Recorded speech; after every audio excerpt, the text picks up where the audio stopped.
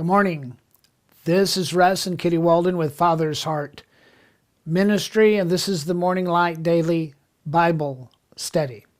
The Kitty part can't be with us today and for the next couple of days, but she will return. Today, in our chapter-by-chapter study of the Bible, we are in Genesis chapter 49. Do you ever prophesy over your children?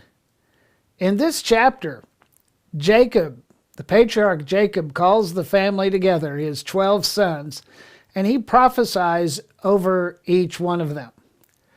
And not only does he prophesy over them, but God honors Jacob's declarations over each man, each boy. And in the words of Jacob, on his deathbed, the bloodlines of the tribes of Israel, right down to the modern day, are governed. Now, what about you? This chapter is an example for us of the need to speak the declaration of God over our loved ones, that they too, as Jacob with his sons, that our sons, our daughters might fulfill their destiny. And we'll begin by reading the entire chapter. And Jacob called his sons and said, "Gather yourselves together that I may tell you that which will befall you in the last days." So he is speaking as a prophet. "Gather yourselves together and hear, you sons of Jacob, and hearken unto Israel your father. Reuben, you are my firstborn, my might, and the beginning of my strength, the excellency of my dignity and the excellency of my power. Unstable as water you will not excel, because you went up to your father's bed and defiled it. He went up to my couch. Simeon and Levi are brothers. Instruments of cruelty are in their habitations. O my soul, come not thou into their secret. Unto their assembly mine honor be not thou united, for in their anger they slew a man, and in their self-will they dig down a wall. Cursed be their anger, for it was fierce." Nobody wants to hear their father speak to them in that language. "For it was fierce, and their wrath, for it was cruel. I will divide them in Jacob, and I will scatter them in Israel." And they were divided. Levi was not allowed to have land. He was scattered among the 12 tribes in his generations. "Judah, you are he who thy brethren shall praise. Thy hand shall be on the neck of your enemies, and your father's children will bow down before you. Judah is a lion's whelp. From the prey, my son, you are gone up. He stooped down. He couched as a lion, and as an old lion, who shall rouse him up? The scepter shall not depart from between his feet until Shiloh rest." That word means rest. "Until Shiloh comes. And unto him shall the gathering of the people be," speaking prophetically and messianically of Jesus. "Unto him shall the gathering of the people be. Binding his foal unto the vine, and his ass's colt to a choice vine. He washed his garments in wine, and his clothes in the blood of grapes. His eyes shall be red with wine, and his teeth white with milk. Zebulun shall dwell at the haven of the sea. He shall be for a haven of ships, and his border shall be unto Zidon. Issachar is a strong ass, couching down between two burdens. And he saw that rest was good, and the land that it was pleasant, and bowed his shoulder to bear, and became a servant unto tribute. Dan shall judge his people as one of the tribes of Israel. Dan shall be a serpent by the way, an adder in the path that bites the horse's heels, so that the rider shall fall backward." We'll talk more about that. "I have waited for thy salvation, O Lord. Gad, a troop shall overcome him, but he shall overcome at the last. Out of Asher," and when we say a troop shall overcome him. Remember when Jesus met the Gadarene who had a legion of demons in him? That was in the land of Gad. And here was a man that a troop of demons had overcome, but he shall overcome at the last when Jesus cast the demons into the swine. Out of Asher, his bread shall be fat, and he shall yield royal dainties. Naphtali is a hind let loose. He gives goodly words. Joseph is a fruitful bough, even a fruitful bough by a well, whose branches run over the wall.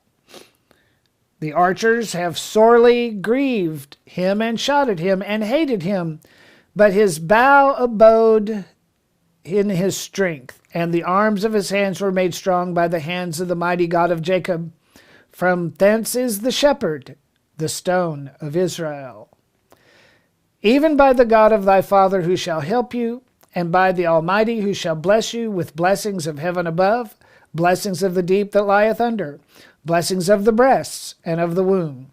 The blessings of thy father have prevailed above the blessings of my progenitors. Unto the utmost bound of the everlasting hills they shall be on the head of Joseph, and on the crown of the head that was separate from his brethren. Benjamin, Joseph's brother, Benjamin shall be raven as a wolf, and in the morning he shall devour the prey. We're going to explain that. And at night he shall divide the spoil. All these are the 12 tribes of Israel, and this is it that their father spake unto them, and blessed them every one according to his blessing he blessed them. And he charged them and said unto them, I am to be gathered to my people. Bury me with my fathers in the cave that is in the field of Ephron, the Hittite, in the cave that is in the field of Machpelah, which is before Mamre, in the land of Canaan, which Abraham bought with the field of Ephron the Hittite for a possession of a burying place.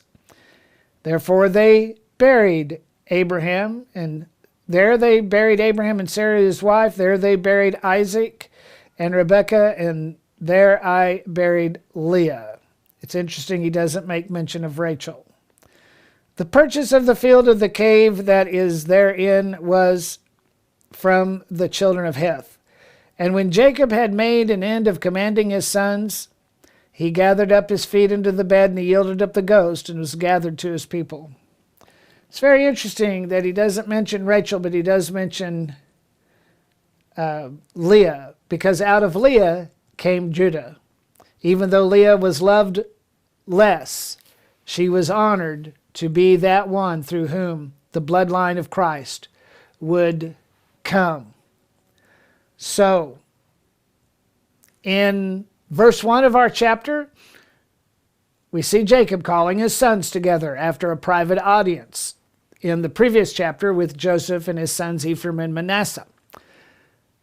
Jacob prophesied previously over Joseph's sons separately to this, what's happening here, to honor Joseph for his suffering at the hands of his brothers and the love that Joseph shared in delivering them from the famine that would have otherwise decimated the clan of Jacob.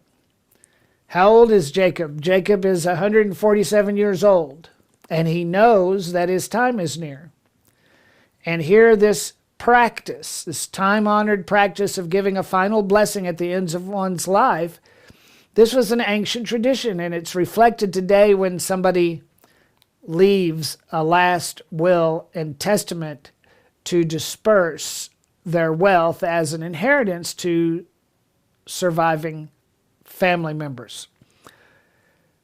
In verse 3, Jacob starts off with Reuben. Now, Jacob acknowledges Reuben as his firstborn in choosing him first. We know that Reuben was rejected. He could have just ignored Reuben, Levi, and Simeon and gone straight to Judah, but he didn't do that because he's a God of equity. He concedes, Jacob concedes that Reuben walks in the strength, the might, the power, and the dignity of his father.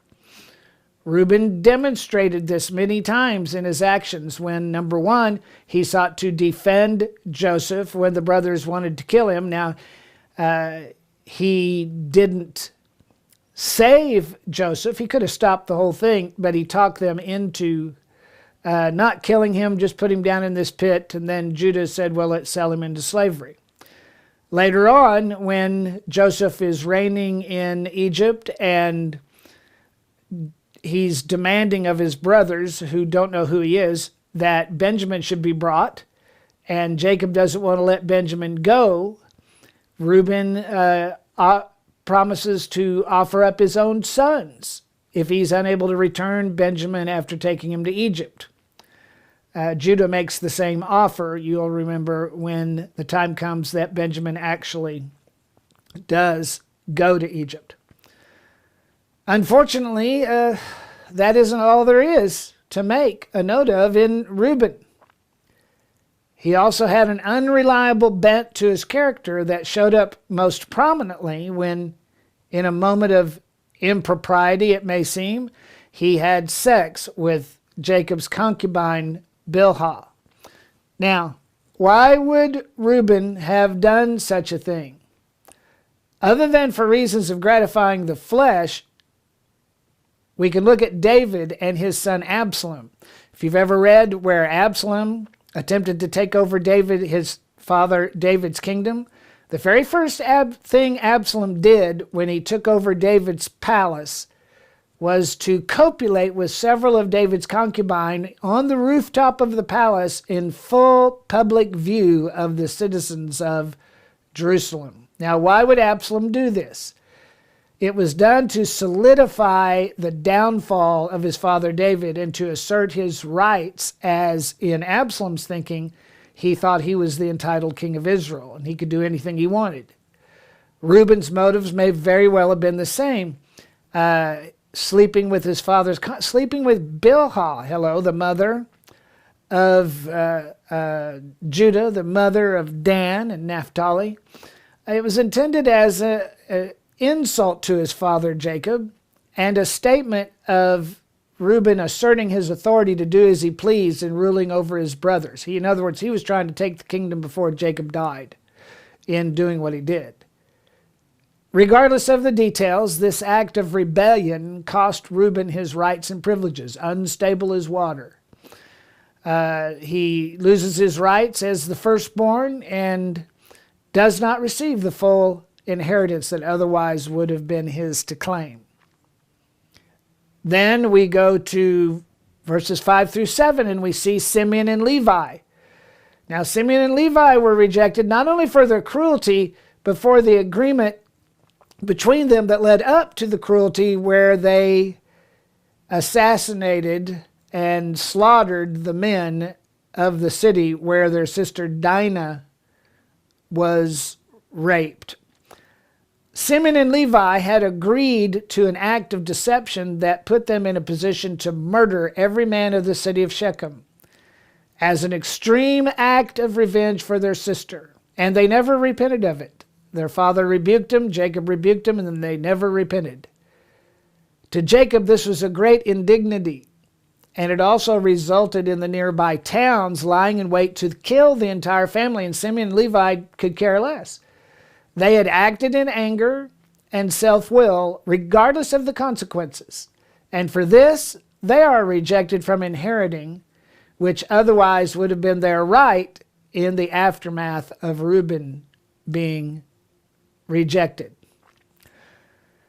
Had Reuben, Simeon, and Levi made other choices, things would have looked much different for them. And the timeline of the bloodline of Jesus would have been very, very different as well. Can you imagine Jesus being celebrated as the descendant of Reuben or the descendant of Simeon or the descendant of Levi and not Judah?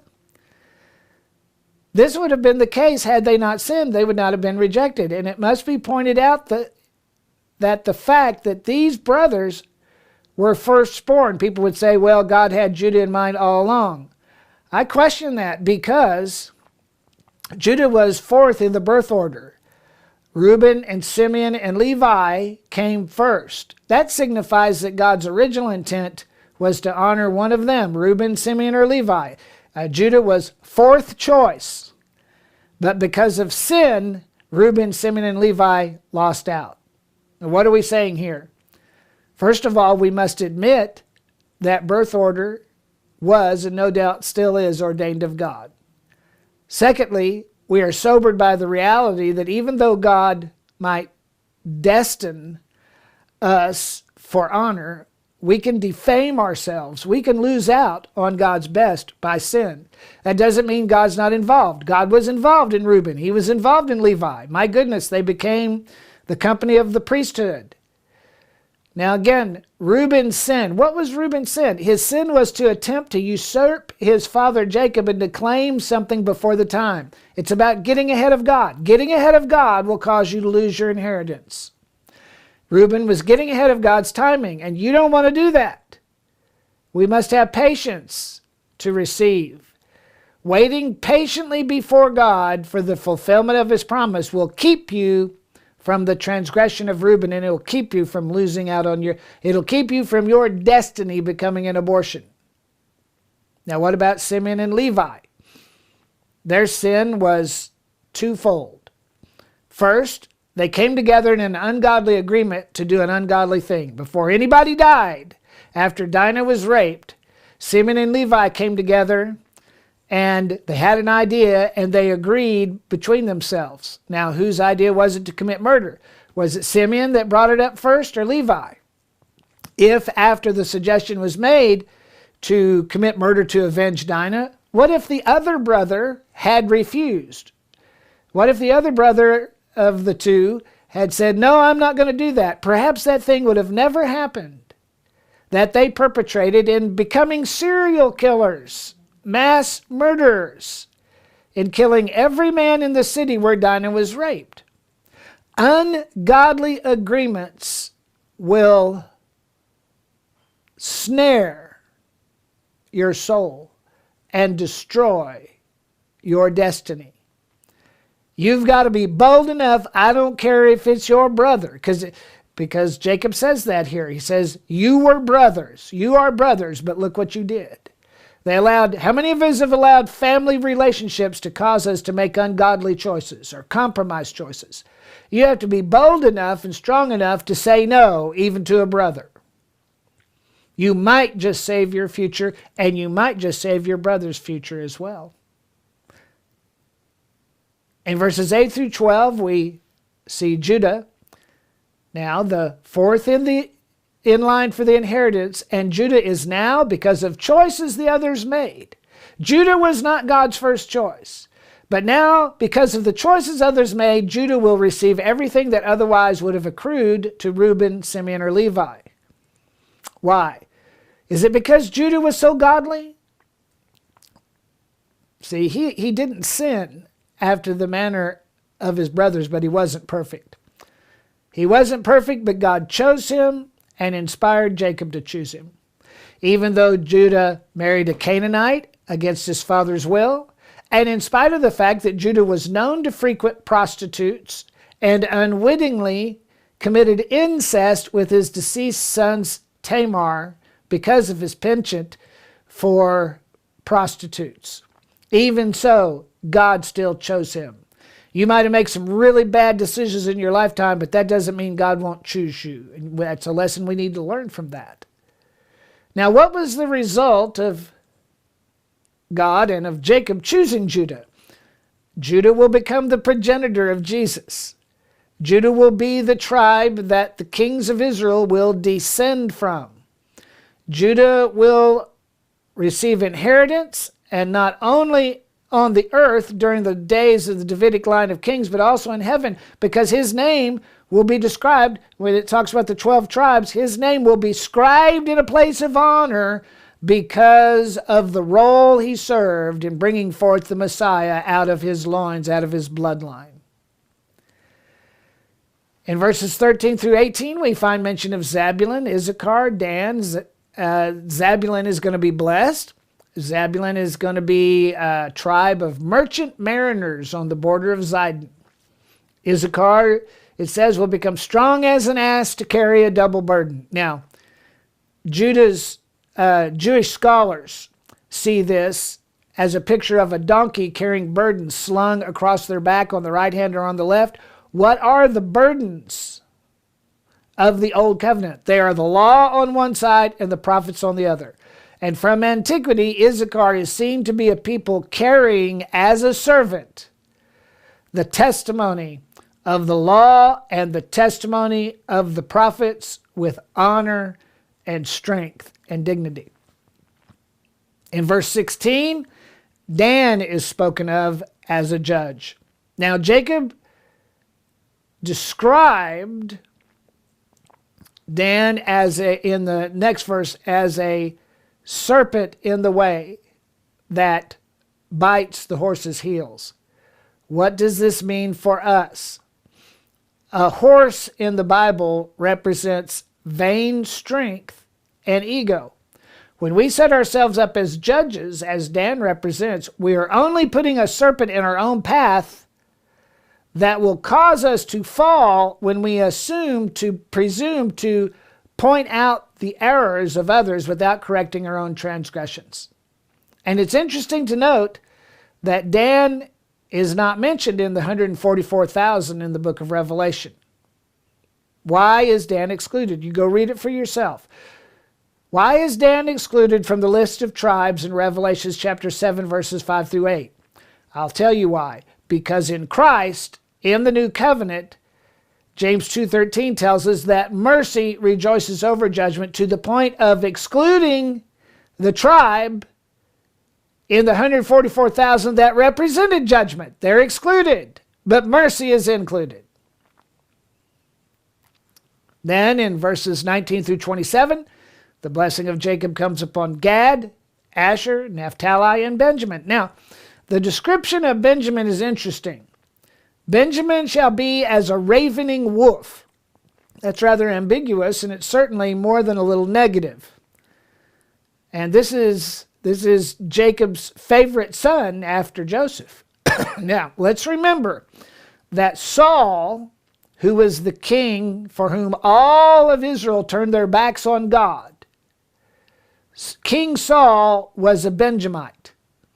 Likewise, Saul of Tarsus, who breathed out threatenings and delivered many converted Jews to death, along with their wives and their children, Saul, who became Paul, was a Benjamite.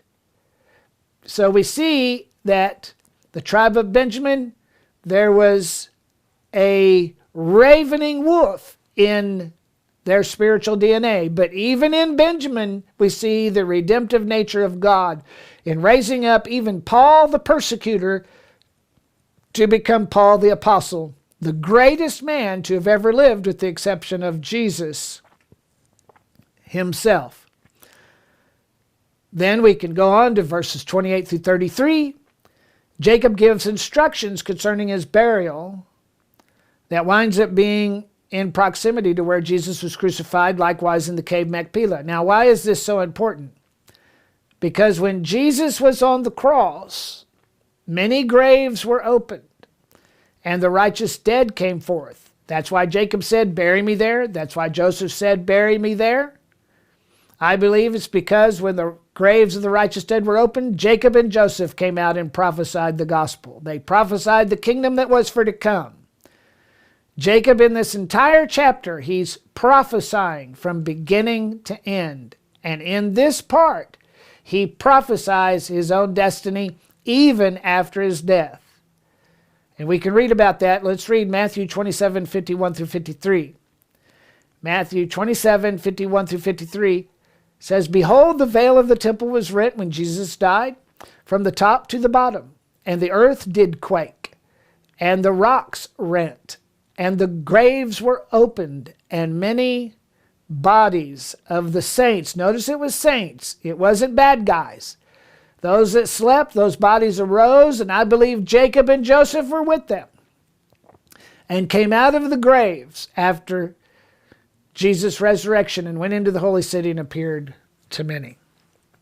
So, having set his affairs in order, Jacob gathers his feet into the bed and gives up the ghost, and he's gathered to his people.